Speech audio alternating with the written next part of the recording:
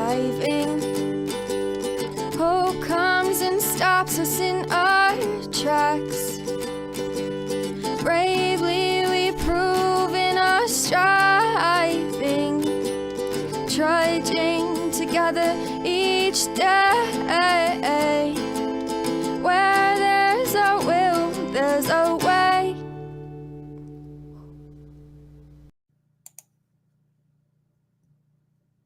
Good afternoon, everybody. I hope you're having a good day. I want to go live before my meeting because I have a feeling after my meeting I'm going to be probably going to be a little busy. So got a lot of housework to do. Now that I'm feeling better, I would really like to get on it. If you know what I mean. I'm trying out a few groups here, see if they let me in. I should probably let other people know.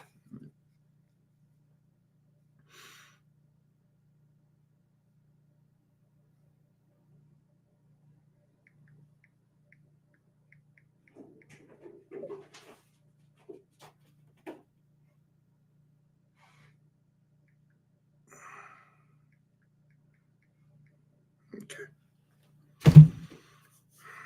Yeah, been a much nicer day, and it's beautiful out.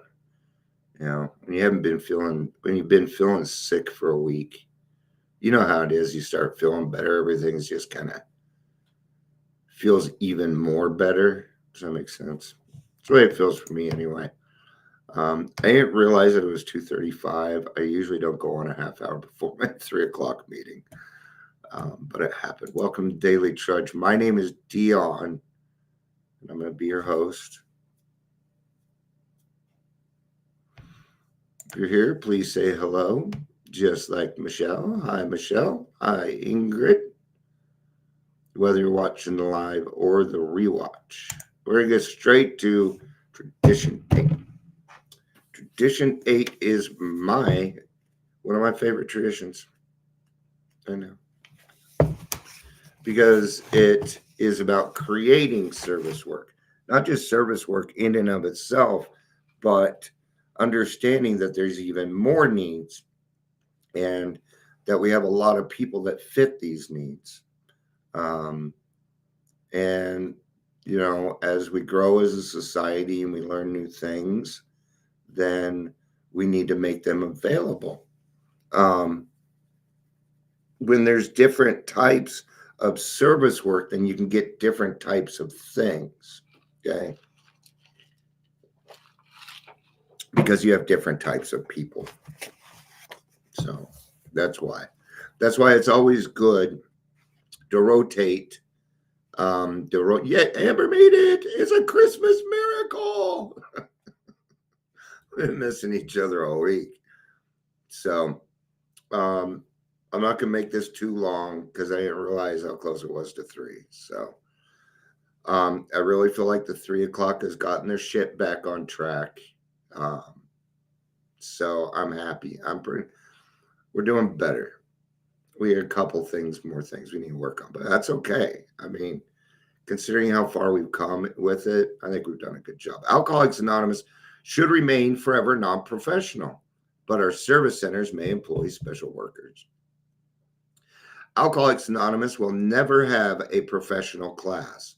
We have gained some understanding of the ancient words, freely you've received, freely give. We have discovered that at the point of professionalism, money and spirituality do not mix. It never does. I've tried. Still doesn't work. I didn't try too hard. Okay. That's why I don't ask for money here. I don't ask for stars. Resident Evil. Now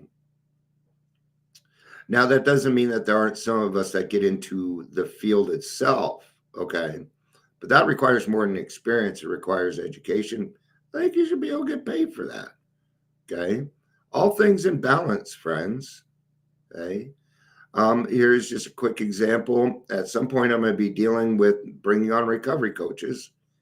And my first question is going to be, how many sponsees do you have? Well, I don't sponsor. Well, maybe this field isn't for you. I'm not going to train somebody unless they have done the work, have their own shit together, you know, self-sustaining. But you got to. This is how I do it. If this is for me. There's no hard fast rule. Okay. Um, I do not work in the field unless I have sponsees, and my sponsees come before my work. Okay. Not always because of what I do, but I will take care of my sponsees before I take care of it. So, all right. Almost no recovery from alcoholism has ever been brought about by the world's best professional, whether medical or religious. Okay? Dr. Young, one of the most renowned psychiatrists in the world, ever couldn't get alcoholics sober. Couldn't.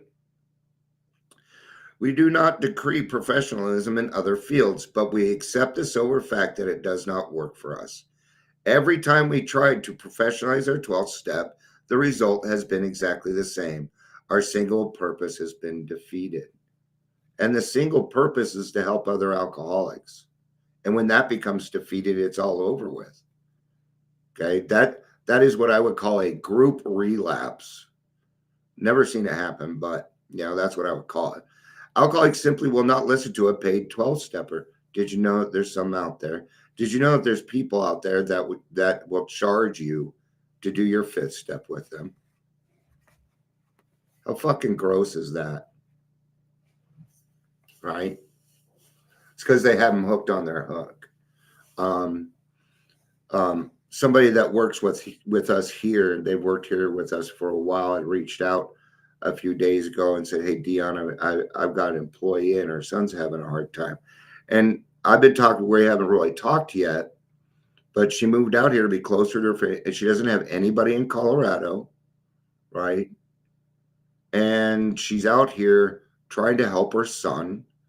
And, so they got in touch with me. We're going to meet Sunday. And I let her know, we're going to back her too. You bet. There's no reason for this young lady to feel lonely. Absolutely none. Okay. Colorado, we have some great people in Colorado. Unfortunately, she's in Castle Rock.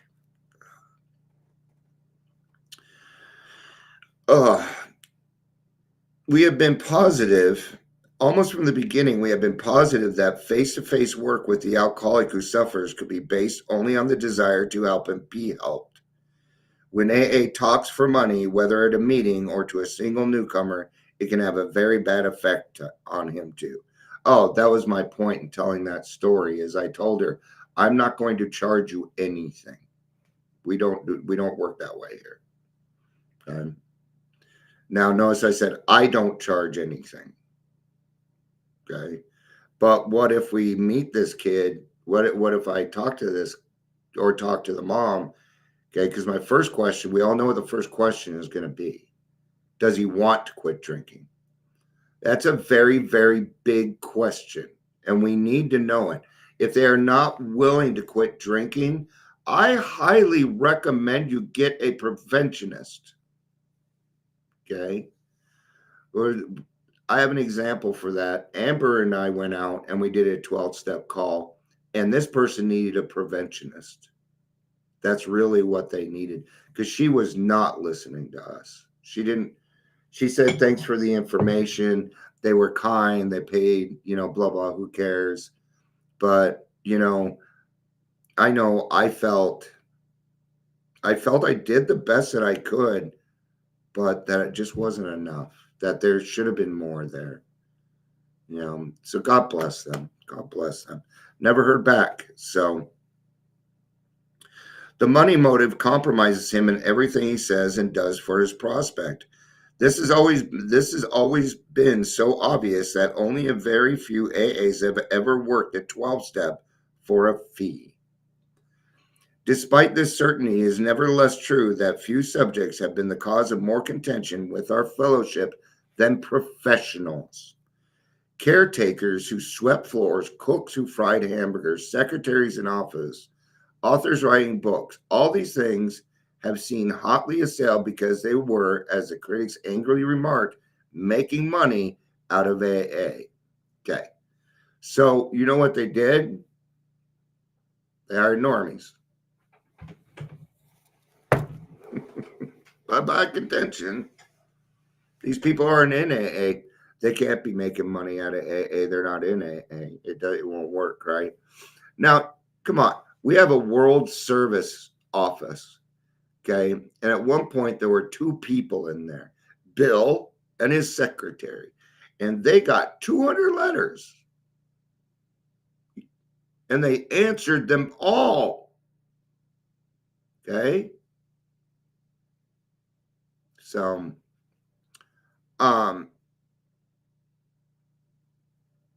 ignoring the fact that these labors were not 12-step jobs at all. The critics attacked the AA professionals, these workers of ours, who were often doing thankless tasks that no one else could or would do, like chairing meetings.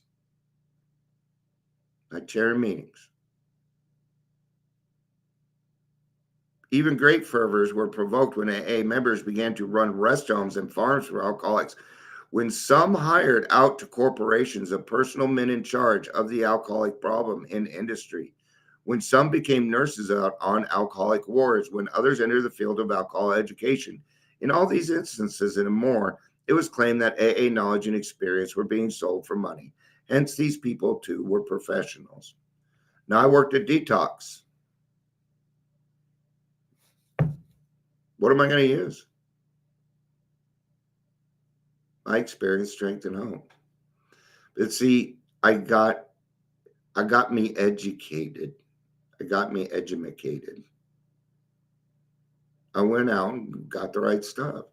So, it doesn't always work the way that we want. We're going to have to.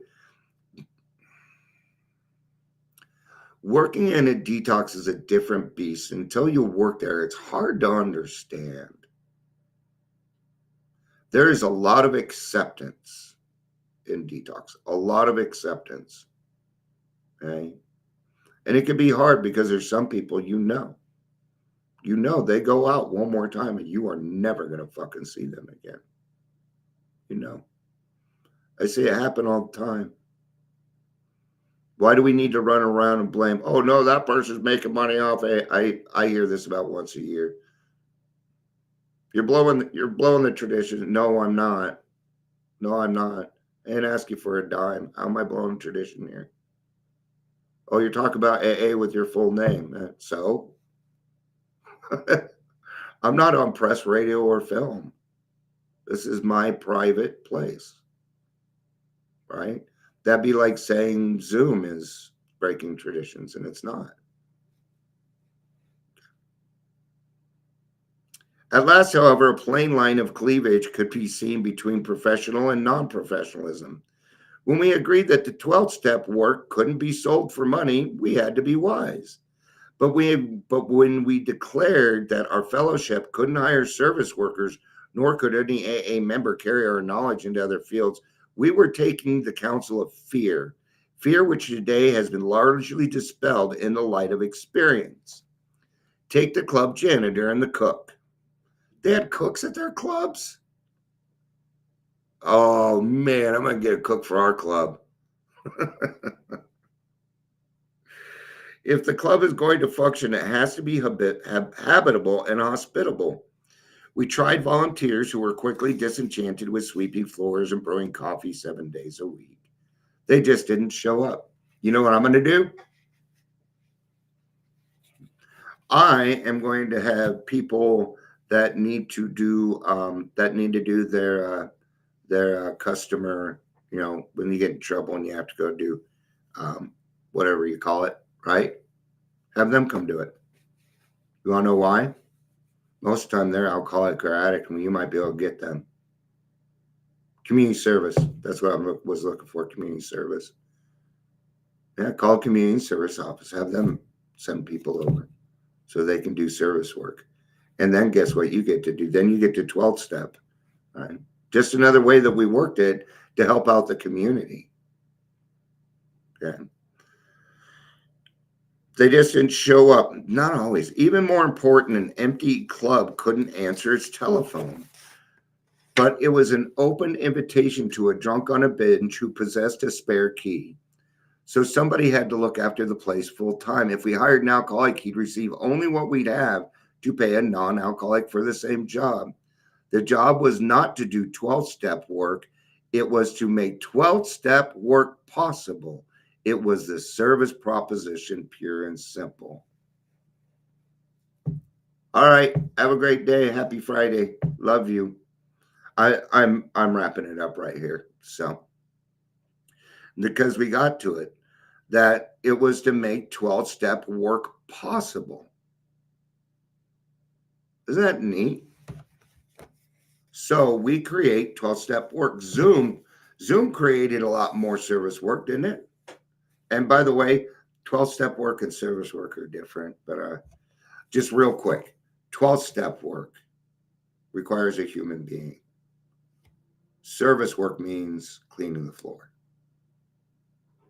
Their service work means sharing your experience, strength, and hope in meetings. It means chairing a meeting. 12-step work means talking with your sponsee, looking for sponsees. 12-step work is going to hospitals and institutions and detoxes and looking for people that need your help. That's 12-step work. They're different. 12-step work and service work are not the same thing. All right. I hope we have a great meeting today. I really do. And I encourage everybody to go.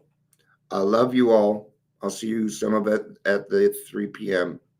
I love you all. Thanks for being here. Michelle, Ingrid, Amber, good to have y'all. I love you all. Peace out. That's 2 fingers. And have a day. Bye-bye.